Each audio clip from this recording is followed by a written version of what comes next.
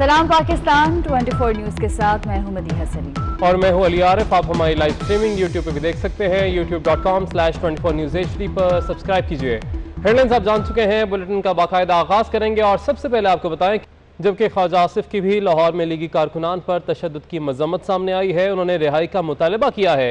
कौमी असम्बलीज में खिताब करते हुए कहा कि पंजाब हुकूमत ने आज जबर की इंतहा कर दी। रियासती जबर के कभी भी इतने नताइज नहीं हुए। आज जो इब्तिदा की गई, अगर ये रोकी ना गई तो हुकूमत जिम्मेदार होगी। नवाज साहिबा जो हैं वो एक नैब के नोटिस के रिस्पांस में, वो नैब के ऑफिस में उन्होंने आज उनकी पेशी थी। और जब भी इस तरह को हाई प्रोफाइल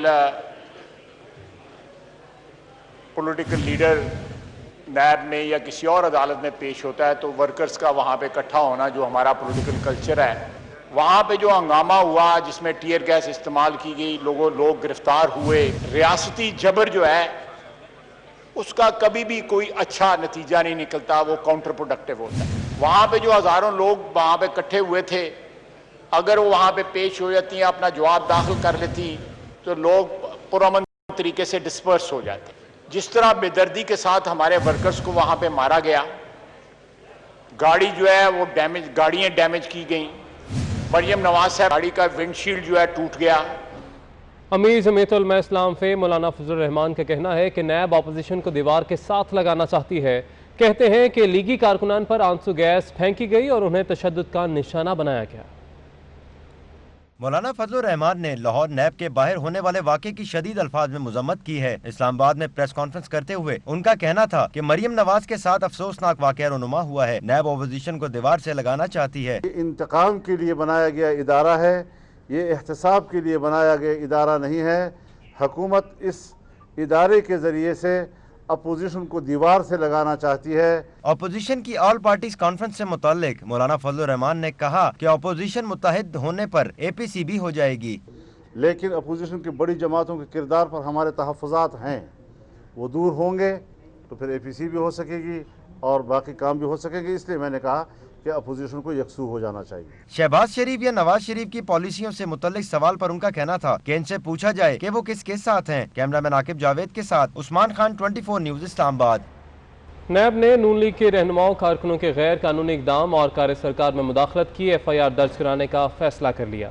नैब इलामी के मुताबिक लाहौर में आज मरियम नवाज को ज़ाती हैसियत में मौक़िफ़ लेने के लिए तलब किया गया था। ताहम उनकी जानिब से नैब लाहौर में पेश होकर जवाब देने के बजाय मुस्लिम लीग नून के कारकुनान ने मुनज़्ज़म अंदाज में गुंडागर्दी का मुजाहरा करते हुए पथराव किया। नैब हेडक्वार्टर्स इस्लामाबाद ने मरियम नवाज को हिदायत की है कि आइंदा पेशी पर बगैर प्रोटोकॉल आना होगा। आपको अपडेट कर रहे हैं, नैब ने नून लीग के रहनुमाओं और कारकुनान के गैर कानूनी इकदाम और कार्य सरकार में मुदाखलत की FIR दर्ज कराने का फैसला कर लिया है। नैब एलामिया के मुताबिक लाहौर में आज मरियम नवाज को ज़ाती हैसियत में मौक़िफ़ लेने के लिए तलब किया गया था। ताहम उनकी जानिब से नैब लाहौर में पेश होकर जवाब देने के बजाय मुस्लिम लीग नून के कारकुनान ने मुनज़्ज़म अंदाज में गुंडागर्दी का मुजाहरा करते हुए पथराव किया। जबकि नैब हेडक्वार्टर्स इस्लामाबाद ने मरियम नवाज को हिदायत की है कि आइंदा पेशी पर बगैर प्रोटोकॉल आना होगा।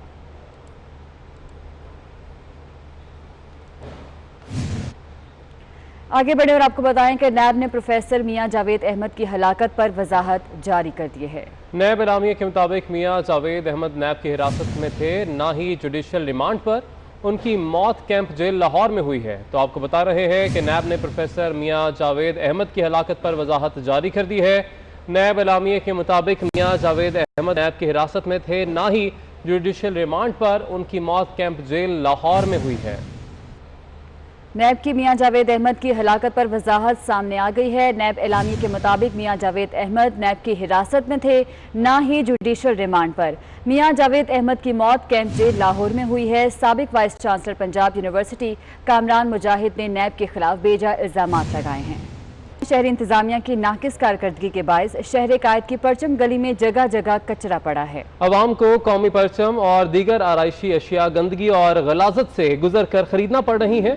इसी पर देखिए महमूद रियाज की रिपोर्ट। ये मनाजिर हैं कराची की परचम गली के, जहां मानसून के बाद बारिश के पानी ने कीचड़ की शक्ल इख्तियार कर ली है, जिसके बायस यौम आज़ादी पर कौमी परचम, झंडियां और बैजेस खरीदने और बेचने वाले दोनों मुश्किलात का शिकार हैं। तो 14 अगस्त आ रहा है, 14 अगस्त आ रहा है, कुछ दिनों के लिए तो साफ कर लेते हैं इस जगह को, ताकि जरा सफाई हो जाती है तो कोई बंदा सलीके से सामान खरीद ले। क्या हाल है हमारे हुकूमत का, हमारे इंतजामिया तो वैसे भी बाहर है, क्या करे इसके मुतालिक, लेकिन वतन की मोहब्बत के खातिर जश्न आज़ादी तो मनाना है। गाड़ी भी नहीं आ सकती, हमारी रास्ते पूरे जाम है, कोई सहूलत नहीं है, यहाँ पे कोई देखने वाला नहीं है।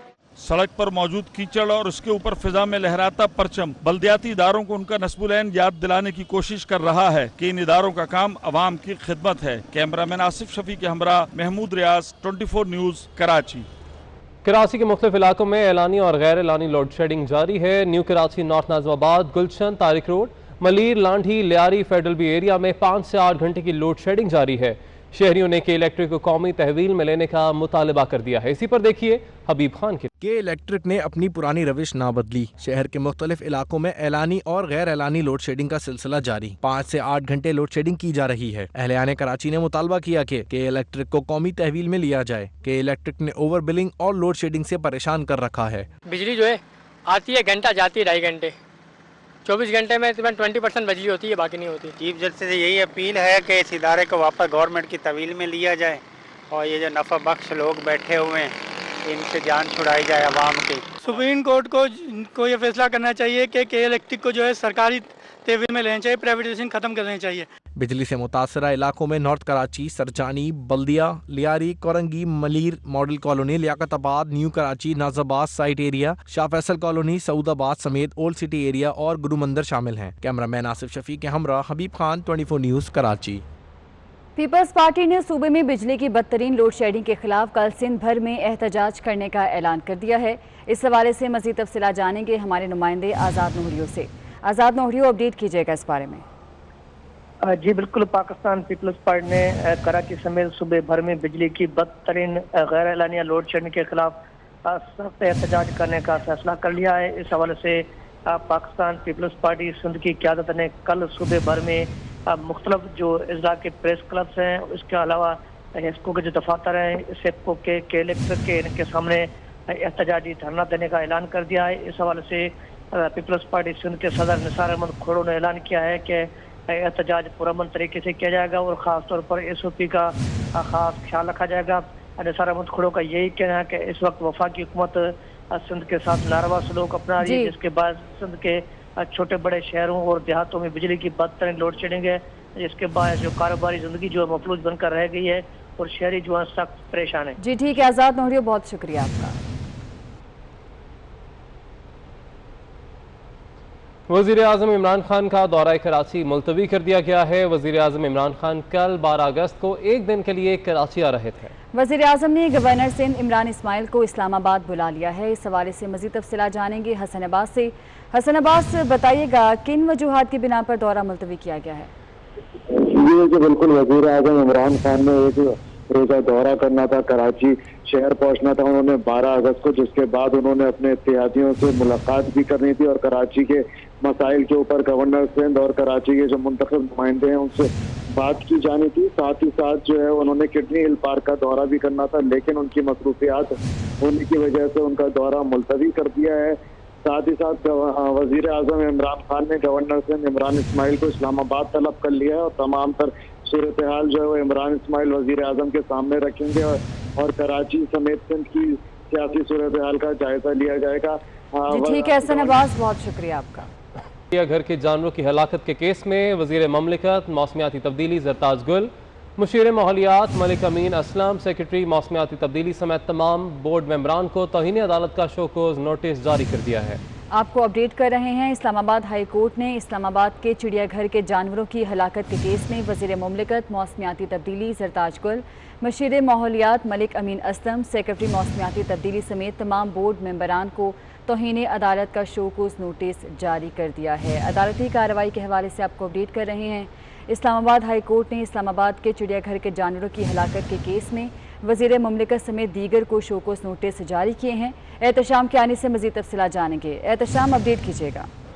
देखिए, इस्लामाबाद हाई कोर्ट ने वज़ीर मुमलिकत मौसमियाती तब्दीली ज़रताज गुल, वज़ीर आज़म के मामले खसूसी मलिक अमीन असलम समेत जो वाइल्ड लाइफ मैनेजमेंट बोर्ड बनाया गया था उसके तमाम मेंबरान को तौहीन अदालत के शोकॉज नोटिस जारी कर दिए हैं और अदालत ने आइंदा समाअत पर उनसे जवाब तलब कर लिया है। इसके साथ साथ डेवलपमेंट यह है कि सेक्रेटरी मौसमियाती तब्दीली को अदालत ने ये डायरेक्ट किया है कि आइंदा समाअत पर वो रिपोर्ट पेश करें, वो रिपोर्ट जिसमें ठीक है एहतशाम कियानी, बहुत शुक्रिया आपका। लाहौर में पोलियो का खतरा फिर मंडलाने लगा है। सीवरेज में एक मरतबा फिर पोलियो वायरस मौजूद होने की तस्दीक हो गई है। Virus Multan road disposal station से हासिल किए गए सीवरेज नमूनों में पाया गया है, जबकि गुलशन रावी और आउटफॉल रोड से लिए गए नमूनों में पहले ही पोलियो की तस्दीक हो चुकी है। तो लाहौर में पोलियो का खतरा फिर से मंडलाने लगा है। सीवरेज में एक मरतबा फिर पोलियो वायरस मौजूद होने की तस्दीक हो गई है। Virus Multan road disposal station से हासिल किए गए सीवरेज नमूनों में पाया गया।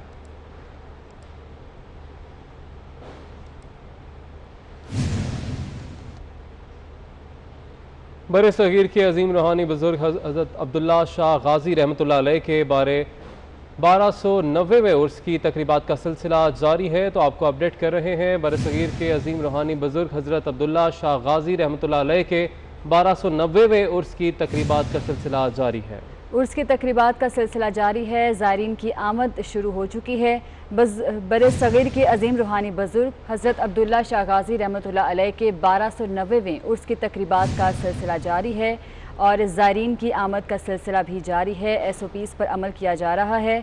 आपको अपडेट कर रहे हैं उर्स की तकरीबात के हवाले से। बरे सगीर के अजीम रूहानी बुजुर्ग हज़रत अब्दुल्ला शाह गाजी रहमतुल्लाह अलैह के 1290वें उर्स की तकरीबात का सिलसिला जारी है। इस हवाले से मज़ीद तफसीलात जानेंगे हमारे नुमाइंदे जावेद कायम खानी से। जावेद, बताइएगा। बिल्कुल जी, 1290वां उर्स मुबारक है और लॉकडाउन की बाइस और कोरोना वबा के बाइस जो है वो ज़ायरीन के लिए जो है मज़ार शरीफ सिंध भर के बंद थे, लेकिन जैसे ही लॉकडाउन में नरमी की गई उसके बाद जो है वो पहला रोज़ है और पाबंदी उठाने के बाद से आज सुबह जो है वो बाज़ाब्ता तौर पर इनकी आमद के लिए ज़ायरीन के लिए मज़ार को खोल दिया गया और उर्स मुबारक भी जारी है।